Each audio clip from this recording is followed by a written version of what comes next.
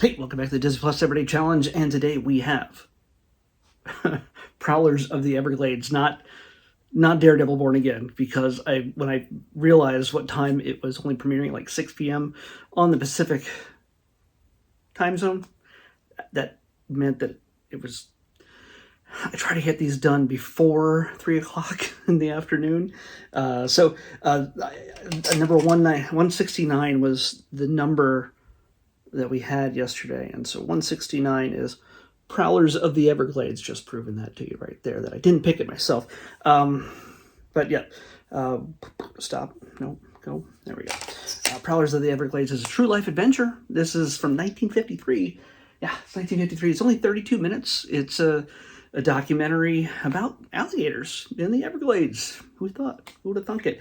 It's directed and written by James Algar and narrated by the ever dry humor of Winston Hibbler. Yes, Winston Hibbler is, if you hear, I think he's pretty much like an icon of all these true life adventures that Disney used to put out way back in the 50s. This is before Disneyland. So, yeah, any of these nature documentaries, they're always done with a wry sense of humor, even though there's alligators just eating turtles or birds or other little baby alligators. Yes, you do see that.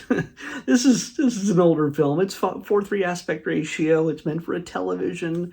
Who knows? It might have been in black and white for a lot of people, but this is in color. And yeah, you get to see the day in the life of these prehistoric creatures, these dinosaurs of today, just living their lives down in the swamps down there in Florida, and you get to see not only them, but other creatures that share the shorelines, different types of birds and turtles and even raccoons and otters and all sorts of different things.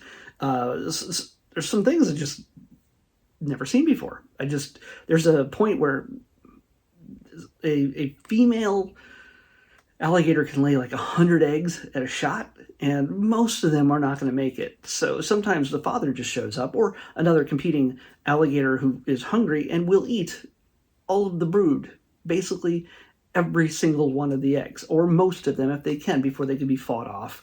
Or, the mother is protective to a certain degree, and she can only guard them for so long before she has to go find food. But what are you going to do?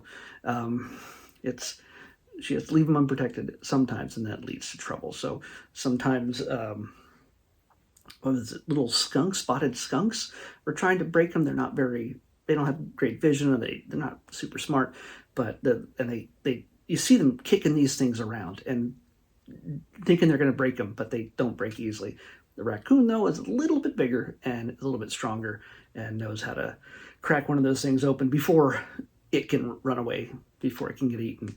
But one of the most tragic and just upsetting parts of this is once the eggs do hatch, they make their way to the water as quickly as they can, because that's, of course, instinctively where the food is that they're going to have to survive on. Mom's not feeding them like a bird, little tiny fishes and stuff like that. Nope, they got to make it to the shore, and there's all sorts of other animals waiting to eat them. In fact, there's times where they're just attacking each other along with fighting off, sometimes as a team, against a raccoon. There's a sequence here where I've never thought I'd see before, is a raccoon versus baby alligator, or baby alligators. They are born with sharp little teeth that pinch, and they can defend themselves, but they're not always successful, especially when they start attacking each other. The raccoon's like, okay, free, you guys fight amongst yourselves, I'll just eat you in the meantime.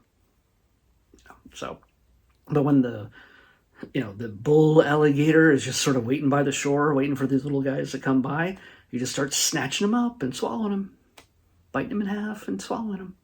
It's upsetting. Yeah. But I mean, the real star of this, beyond Winston Hibbler, is the music. It is that classic, just rollicking Disney-style orchestra that is not just, we're building a soundtrack for what's going on. It's filmed, recorded, say, after. Well, it's all recorded after the footage is compiled. In this case, especially because the flourish of of woodwinds or brass or anything else happens in relation to what's happening on screen. So a flurry of an animal just scrambling off screen, well, the music follows it. It's or something treacherous is coming its way. It's it's very deep and low and pre-Jaws, but it's very menacing type of music. It fits exactly what's going on, and sometimes it's almost chaotic at times. It matches the humor. It matches the trepidation, the menace, and sometimes just the flightiness of birds and things like that. So it's all over the place, and it's kind of it's fun. It's the music is. You could probably enjoy this music if you're into the more classical style of orchestrated music, and just go. This is fully 100% feels like 50s era Disney. You wouldn't mistake it for anything else. So let's pick tomorrow's. No. Wow, that freaked out. I'm just going to let it spin. 105. Now, the reason why we're doing this today and not tomorrow is because I thought I was going to do Daredevil Born Again today, but because it's only premiering, like I said, at 6 p.m. my time, I'm not going to race through 2 episodes, spit out something at 10 o'clock at night or whatever, at 9 probably by the time I edit everything. So tomorrow is Daredevil. The day after that is 105, which is... come on. Show me what 105 is. Oh, okay. I'm going to like that one. I mean, by the way, I'm going to tell you right now, it's another documentary, or technically it's a concert. It's a concert. And you'll see what it is after I watch Daredevil. So, but number 105 is that number, and I'll explain it to you. I'll show you what it is. But I'm looking forward to it. So there's a lot to like in that one. By the way, documentaries, we have a lot of documentaries, reality / music type of things, more than anything else. I almost feel like I need to create a separate category just for reality and music, concerts and things like that, just because it would help break up the monopoly of documentary colored things. Like, they're all red.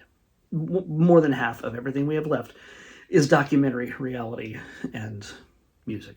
So, and we're going to get more in as of April 1st, and when I reset the list for the next quarter. So tomorrow, Daredevil, Born Again is what we're watching next on the Disney Plus Everyday Challenge. I'll see you back here tomorrow with that.